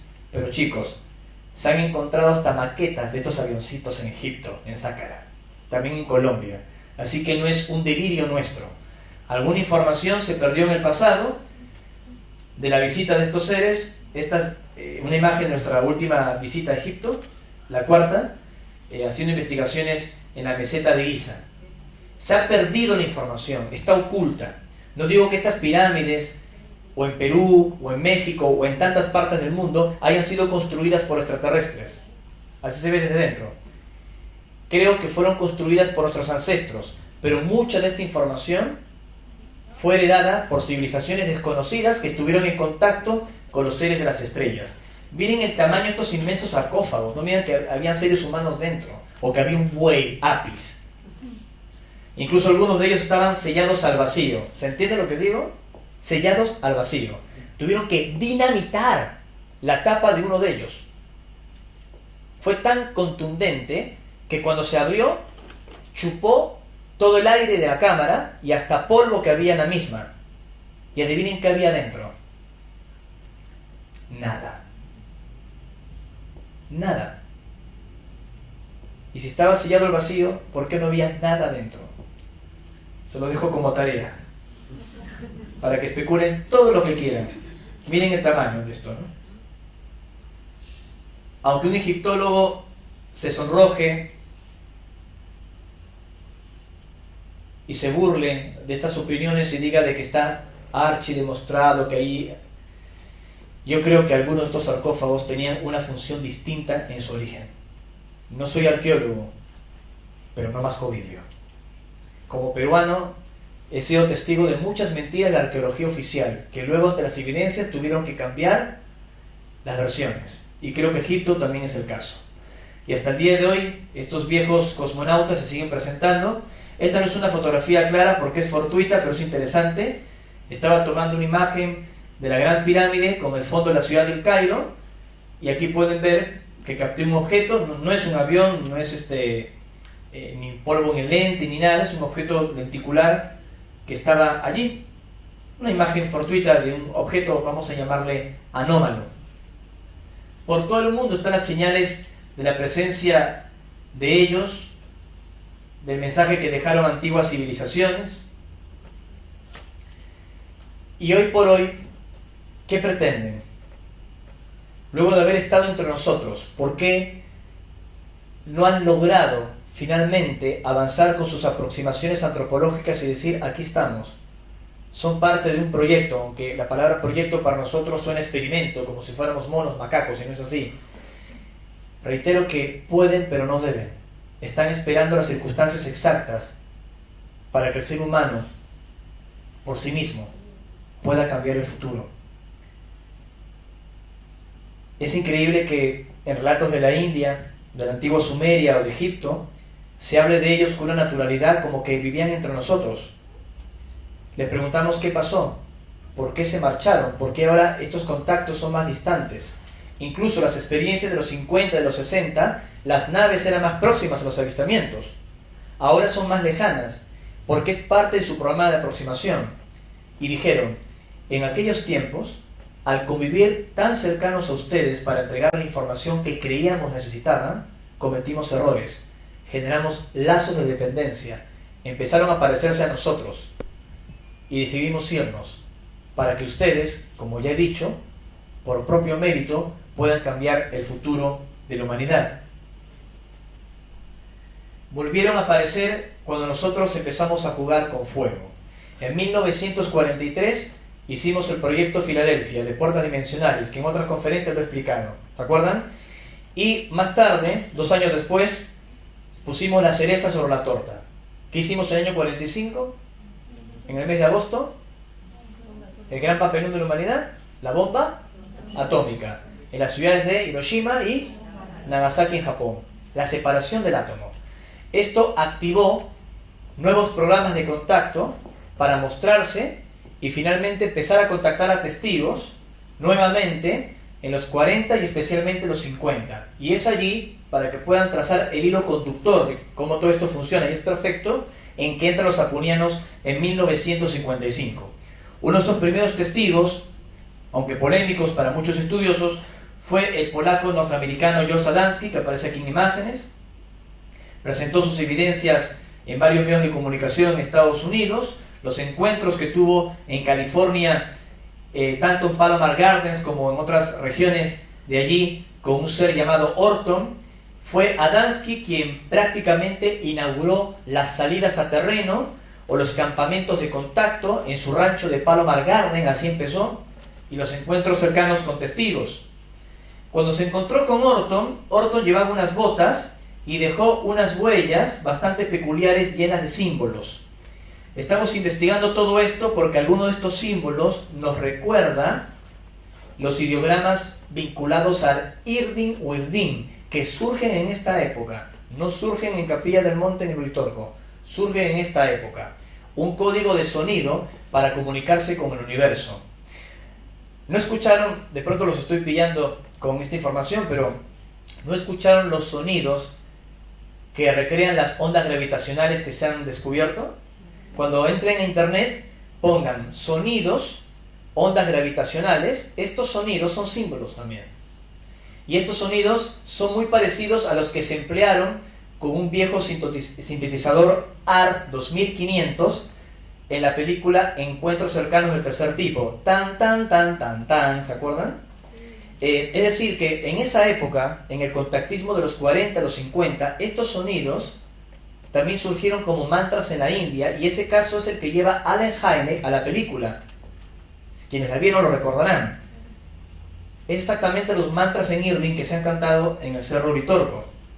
También surgieron símbolos en otro caso de contacto moderno, aunque no fue exactamente una aproximación antropológica de la Confederación de Mundos de la Galaxia, como la conocemos, sino que fue, a mi entender, un contacto espontáneo de un grupo de científicos extraterrestres que algunos llaman grises. Pero aún así, a pesar de esta abducción o rapto que ocurrió con el matrimonio Hill, que veían en la diapositiva anterior, surgen también los mismos símbolos. Es como un código universal que manejan los extraterrestres y que también se parece al Irdin. Es más, les comento algo que un querido amigo, el investigador español, el periodista JJ Benítez, descubrió en Tassili, en Argelia, en África. Estos símbolos vinculados a la experiencia del matrimonio Hill, también símbolos que están relacionados, por ejemplo, al caso Roswell, cuando se estrellan estas naves en Nuevo México en 1947 y se encontraron algunas piezas con símbolos. Bueno, se hizo de varios símbolos de posible origen extraterrestre, y Juanjo, con su mujer Blanca, con nuestra amiga Rosamari Paraíso y un equipo de estudiosos, hacen una expedición a Tassili, donde están estas inmensas figuras que representan a los posibles seres no humanos que estuvieron allí hace miles de años, y le muestra a los lugareños los símbolos.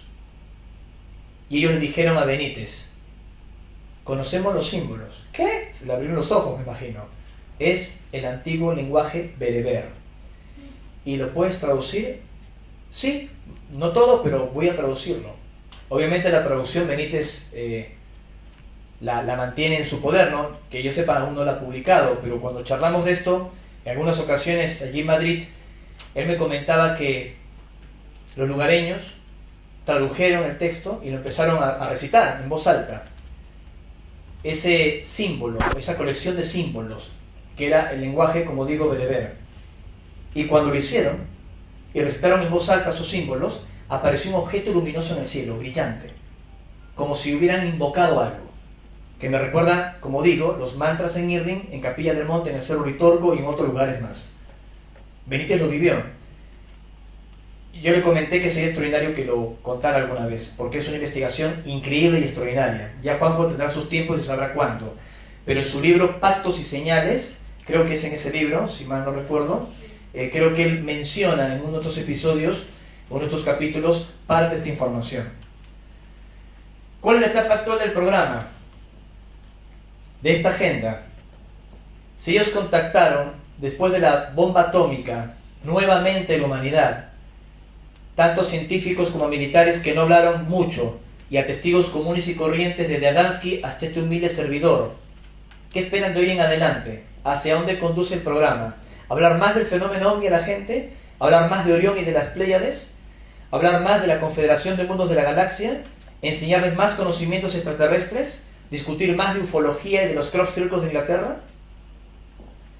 Una parte de esa información puede ser interesante para algunos para concientizar de que no estamos solos, pero ellos dicen que la información que en este momento se le debe dar énfasis para vencer este gen de la guerra y este enfrentamiento entre nosotros y heredar una cultura distinta a nuestros descendientes para que puedan modificar el futuro y que no ocurra lo que nos describió Ivica de este viaje que nos vemos obligados a abandonar la Tierra, que lo que tenemos que hacer es trabajar por la paz, trabajar por la conciencia de la paz.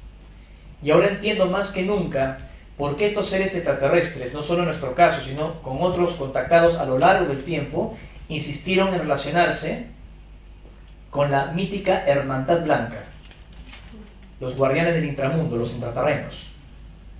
Nos decían que el contacto más importante sería con los guardianes de la Tierra, los que conoció Nicholas Roerich, por ejemplo. Que los guardianes de la Tierra, ese colegio invisible, los maestros de Shambhala, la Hermandad Blanca, nos enseñaría a vibrar la conciencia de la paz. Y si logramos vibrar la conciencia de la paz, podríamos cambiar no solo el futuro de la Tierra, sino el futuro de ellos. Fueron esas las palabras que me regaló Edgar Mitchell. Cuando estuve, y aquí se los comento entre amigos, en la experiencia del 2001, Antarel me dijo que un astronauta que estaba en contacto con ellos me entregaría un mensaje. Está publicado en mi libro Legado Cósmico y en Al interior de una nave extraterrestre. A pesar que he conocido varios astronautas por haber participado de innumerables congresos, siempre supe que ese astronauta era Mitchell. Recién se dieron las condiciones naturalmente el año pasado, a través de una organización que se llama FREE, una fundación de investigación del fenómeno extraterrestre, compuesta por académicos, por científicos, muchos de ellos de Harvard, aunque no lo crean. Uno de sus representantes, el señor Reiniero Hernández, hispano-norteamericano, concertó una reunión con el Dr. Mitchell en su casa en Florida. Para mí fue un honor conocer al sexto hombre en que caminó en la Luna y a un patriota de la Tierra, no solo de Estados Unidos, un científico que me dijo a boca de jarro que había tenido experiencias personales con extraterrestres. No es algo que yo vi en la televisión, me lo dijo a mí, al lado de mi esposa y de un grupo de personas que nos reunimos privadamente con él en su casa. Como saben, el doctor Mitchell le pidió a su país y al gobierno de Barack Obama que liberase información sobre el fenómeno OVNI. Él, en la misión del Apolo 14, había experimentado algo vinculado a la conciencia, algo mucho más fuerte que un avistamiento OVNI. Más allá de las experiencias extrasensoriales vinculadas a lo extraterrestre que tuvo el Dr. Mitchell vivió una experiencia alucinante de comunión con el todo. Que la estructura de la nave, ahora lo van a escuchar, lo voy a decir en inglés, la estructura de la nave, del Apolo, el planeta, el cosmos, de un momento sentía que todo estaba unido. No que un astronauta tenía un ataque de pánico, ¿no?, en medio del espacio y que creía de que todo era lo mismo. No era un tema del que se estaba volviendo loco, era un tema de conciencia. Pretendió de que la NASA lo investigase. Y su amigo Von Braun le dijo, aquí no vas a encontrar respuestas, vas a tener que hacerlo de forma independiente. La NASA no te va a permitir que montes un instituto de investigación paranormal, de conciencia, de estos fenómenos, en la NASA. Y de hecho la NASA no lo permitió. Entonces el Dr. Mitchell fundó el IONS, el Instituto de Ciencias Noéticas, que ha tenido unos avances extraordinarios. Aquí estamos con el Dr. Mitchell en su casa.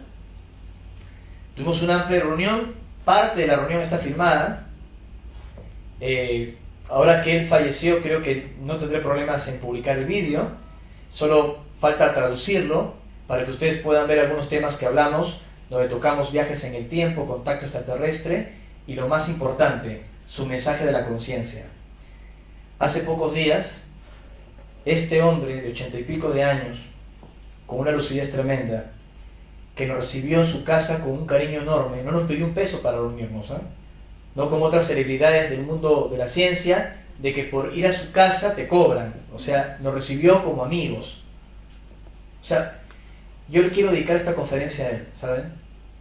Porque, aunque no dijo, lo digo con mucha humildad, nada nuevo, nada que yo no supiese, aunque escucharlo en sus labios en su casa tenía un valor impresionante, entendí a qué se refería Antarel. Lo estoy entendiendo recién, después que Mitchell falleció. Cuando le preguntamos cuál era el principal mensaje, y él, entre otras cosas, dijo: tenemos que escucharlos a ellos. Ellos nos pueden ayudar mucho si es que los escuchamos. Y el mensaje más importante es la conciencia de la paz y cuidar el planeta para no tener que abandonarlo. Exactamente eso dijo Mitchell. Yo le quiero dedicar esta conferencia a Edgar, que ya se habrá unido al universo, y quisiera, si me lo permite, dedicarle un fuerte aplauso a este hombre porque se la jugó en honor a Edgar Mitchell. ¿Sí?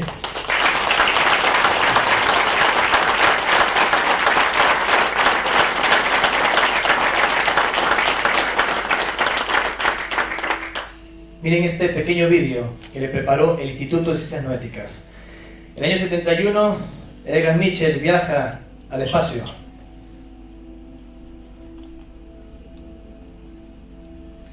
En febrero 5 del año 71, Edgar Mitchell se transforma en la sexta persona en caminar sobre la Luna.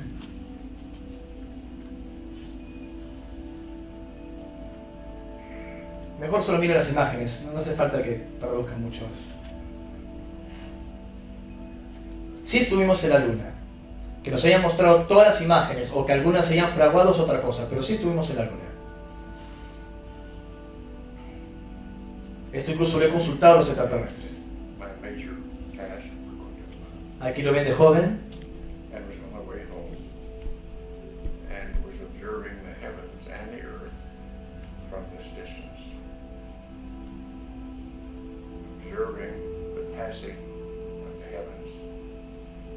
Él está describiendo ahora su sensación al mirar desde la cabina el cielo, la tierra, la distancia, esa conciencia de estar en el espacio.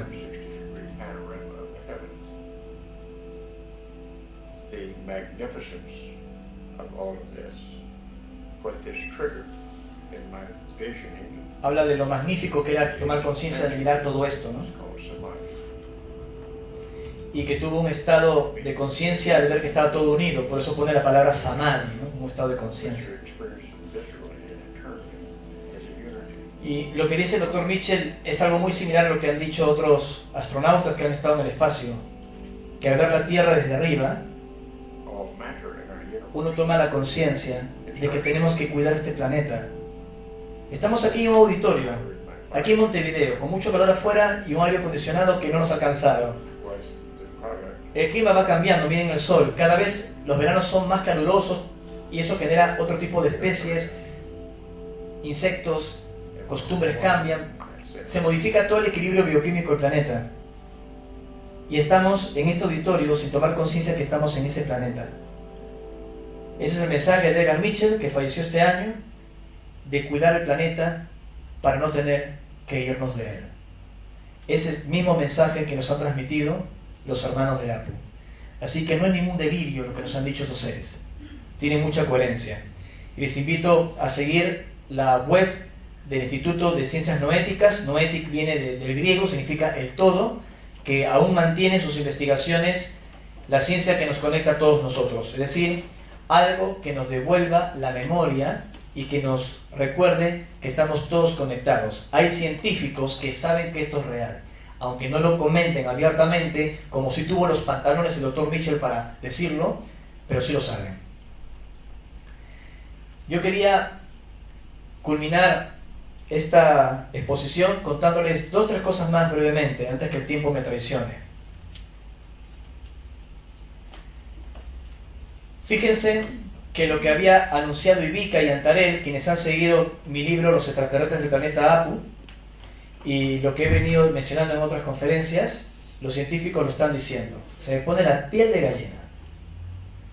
¿Es posible que la humanidad repita la historia de Interestelar? Bueno, miren Interestelar para que vean a qué se refiere Kip Thorne, que fue el asesor de esta película. saben que se han descubierto, se han podido captar ondas gravitacionales, así como uno tira una piedra en un estanque de agua y se forman ondas. Cuando hay fenómenos muy fuertes, como por ejemplo la colisión de dos agujeros negros, imagínense lo que eso significa, se genera una distorsión en el espacio-tiempo y esas ondas gravitacionales pueden llegar hasta nosotros. Albert Einstein las había predicho hace un siglo y un momento las negó.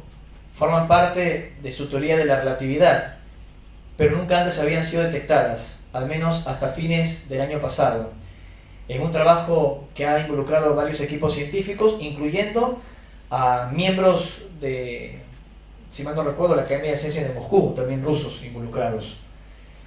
Es uno de los descubrimientos más alucinantes de la humanidad, por eso aquí muestran dos agujeros negros que se colisionan y que puede cambiar toda la concepción de los agujeros negros, como decían los extraterrestres, que la clave del futuro está en la naturaleza de los agujeros negros, que no son agujeros negros según ellos, y los viajes en el tiempo y los viajes en el espacio-tiempo. El propio Kip Thorne, uno de los científicos más consultados sobre esta noticia, lo está aceptando. Así que, a pesar que los científicos ortodoxos quieran negar que existan planetas ahora en Alfa Centauro y que de un plumazo han querido borrarlos de los estudios que inicialmente publicaron, sabemos de que sí esos mundos existen, que esos mundos se encuentran en Alfa Centauro y por más hermosos que sean o similares a la Tierra, tenemos que cumplir una misión aquí antes de viajar a esos planetas, al menos solo de visita. Este es el planeta que borraron, luciría así. Es la imaginación, es un arte sci-fi, porque es imposible saber cómo luce realmente, cuando la detección fue de forma indirecta. Pero si este mundo luce así, si de ese lugar vino Antares y Vika a advertirnos que podemos cambiar el futuro, les muestro esta imagen solo como una referencia de que estamos en este hogar y no podemos irnos porque la misión fracasó. Los hermanos del cosmos nos dijeron que luego de 2012 habíamos garantizado el proyecto, el avance, la evolución de la conciencia humana, pero tenemos que mantenerlo, no tenemos que dormirnos. A veces en el contactismo hemos caído en mensajes demasiado románticos que decían: ya en el 2012 pasamos a la cuarta dimensión, está todo listo. ¿Les parece que estamos en la cuarta dimensión? ¿Hay alguna persona que pueda pensar una cosa como esa? No, es que tienes que abrir el corazón para sentirlo, por favor. Claro que uno tiene que razonar y sentir las cosas, pero tampoco digamos, hablando en términos muy rioplatenses, pavadas. Hay muchas cosas que solucionar. O le van a decir a los refugiados de Siria que estamos en la cuarta dimensión. Yo no digo de que el cielo se tiene que poner verde y que tiene que bajar a Antarel a tomar mate uruguayo con nosotros en la Rambla. Pero por lo menos tiene que haber una coherencia. La cuarta dimensión o la quinta dimensión o lo que sea involucra muchas cosas que tienen que ver con la conciencia y convivencia, tiene que ver con las facultades psíquicas desarrolladas y con una serie de fenómenos de espacio-tiempo que todavía no han ocurrido a nivel planetario. Hay indicios de que todo eso está pasando gradualmente, pero no de que estemos. Yo por último les quería decir que fruto de estos mensajes de los apurianos estamos iniciando un proyecto enorme y maravilloso en Capilla del Monte, donde está el Cerro Ritorco, donde hemos tenido experiencias con otro tipo de seres que son de origen extraterrestre, pero que no tienen corporeidad física, que son seres de energía, seres de luz, como Huitaicón, Maya, Panticuama, que incluso los hemos visto presentarse como esferas de luz y hasta formando figuras humanoides que se han comunicado con nosotros. Ustedes saben que este lugar es muy famoso de hace siglos por los nativos comechingones, los aborígenes que vivían en estas zonas de las Sierras Chicas de Córdoba. Más tarde se hizo más famoso cuando un objeto volador no identificado habría dejado su huella en el Cerro Pajarillo, hasta hoy discutida, pero obviamente uno de tantos incidentes. Y algo increíble que pasó hace muy poquito, el 5 de diciembre, es que pudimos organizar una gran reunión con el Comité Internacional de la Bandera de la Paz, que originalmente fundó Nicolás Roerich y que fue reactivado en los años 80 por la doctora Alicia Rodríguez, nominada al Premio Nobel de la Paz. Vino por primera vez a la Argentina y este humilde servidor, como parte de este comité internacional al cual me invitaron a participar desde el año 2015, logramos pues hacer una enorme reunión y entregar oficialmente la bandera de la paz a Capilla del Monte. Esto gracias al trabajo previo que muchos grupos espirituales ya habían hecho, y a nominar a Capilla del Monte como ciudad de paz, algo que fue aceptado por el intendente en una reunión con el Teatro Enrique Muñoz repleto. Ha sido muy bonito, porque luego de esta importante ceremonia, que después de haber izado una bandera de 28 metros enorme en la Plaza San Martín de Capilla del Monte, que fue muy bonito, no era solo la ceremonia, no era solo el símbolo, o decir, ok, un comité internacional que creó Nicolás Roerich, que es una organización de Naciones Unidas, viene y decreta Capilla del Monte ciudad de paz y ya está todo hecho. No, no es un premio, es un compromiso con el futuro. Hacer esto para comprometer a la gente en los lugares sagrados a que sea un compromiso con el futuro. Nuestros próximos pasos es intentarlo hacer en mi país, en el Cusco, que fue el sueño de Nicolás Roerich, que en los lugares magnéticos de diferentes países se puede izar la bandera de la paz y que se pueda ser ejemplo esos lugares de espiritualidad y de conciencia. Una muchedumbre nos acompañó en la Plaza San Martín, como pueden ver, en el izamiento de la bandera de la paz, y lo interesante es que luego hubo una serie de avistamientos durante esa noche, las noches siguientes, en Capilla del Monte, con múltiples testigos. Parecía que el cielo se hubiera puesto de fiesta cuando esto sucedió. Y les quería decir que con mucho esfuerzo nosotros compramos un lote, creo que se los adelanté el año pasado, un lote pequeño pero suficiente, de 2.500 metros cuadrados, para construir el primer museo Roerich sin fines de lucro en Sudamérica, y se va a hacer aquí. Nosotros lo vamos a donar en el futuro a la Argentina, en realidad a Sudamérica, para que pueda exhibirse allí la obra Nicolás Roerich como un centro de paz. Ahí con parte del equipo del Centro Roerich, con el que hemos venido trabajando en la zona. Lo único que hay es este mástil con la bandera de la paz de momento, pero lo que importa son las intenciones. Hasta hemos tenido avistamientos fortuitos, ¿no?, cada vez que estamos allí. Tal vez porque allí debajo existiría esto, como lo decía el profesor Alfredo Terrera en su momento. Fíjese que el laboratorio de los 3 espejos, que siempre se habló, visto desde arriba, es el símbolo de la bandera de la paz. Es un círculo y los cristales no son trapezoidales, son más circulares. Así que es Chintamani, está representada en el mítico laboratorio de los 3 espejos de Eres, fundado por esos seres que habrían llegado de las Pléyades, según las crónicas de los contactos, y que se han manifestado a través de avistamientos de luces como las que se fotografiaron en su momento. Les quería mostrar todo esto para que comprendan que algo se ha activado en los centros de jerarquía de la Hermandad Blanca, en contacto con toda esta historia, y forma parte de la agenda. Y no solo se están reactivando, como lo hemos hecho con muchísima gente en nuestros trabajos allí en el Uritorco, también va a pasar y está pasando en Uruguay, está pasando en mi país, en el Perú, y es una cadena que no se va a detener. Y no es buscar afuera lo que hay adentro. No le estoy diciendo que se vayan corriendo a la Sierra de las Ánimas o a Pozos Azules o de pronto a la estancia de la Aurora para buscar ovnis y trabajar por la paz. No. Le estoy diciendo de que los antiguos santuarios de paz son esas montañas, son esos parajes naturales que nos tratan de recordar el mensaje de Ivica. Así como existe el Minius en el universo, existe en nuestro interior. Y así como ansiamos la paz, para lograr la paz tenemos que empezar a buscarla y a lograrla dentro de nosotros mismos. No podemos hablar de paz en el planeta y modificar el futuro de la Tierra, no lo vamos a poder hacer de ninguna manera si no vivimos en paz entre nosotros. Sé que estoy hablando de contacto extraterrestre, de jerarquías intraterrenas, de informaciones científicas, de fenómeno ovni y un largo etcétera a lo largo de casi 2 horas de exposición. Pero habrán visto que hay un hilo conductor. Y el hilo conductor es que se conecten con lo más sagrado de ustedes mismos. Concluyo esta conferencia como la empecé. Que abran el corazón. Y si realmente aman la paz y creen en este planeta, reconcíliense. Reconcíliense con ustedes mismos, con una hermana, un hermano, un padre con el cual estaban peleados o con el que no se hablan. Si pueden lograr esas pequeñas cosas, podemos lograr que este mundo viva en paz. Y si lo podemos lograr, allí podemos exigirle a todas las civilizaciones que quieran del cosmos que bajen y nos abracen, porque demostramos que nosotros somos capaces de pedir perdón, de perdonar y abrazarnos entre nosotros mismos.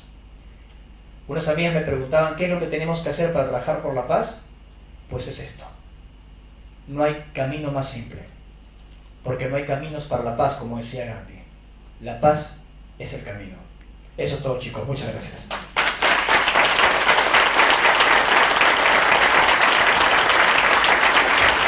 Muchas gracias.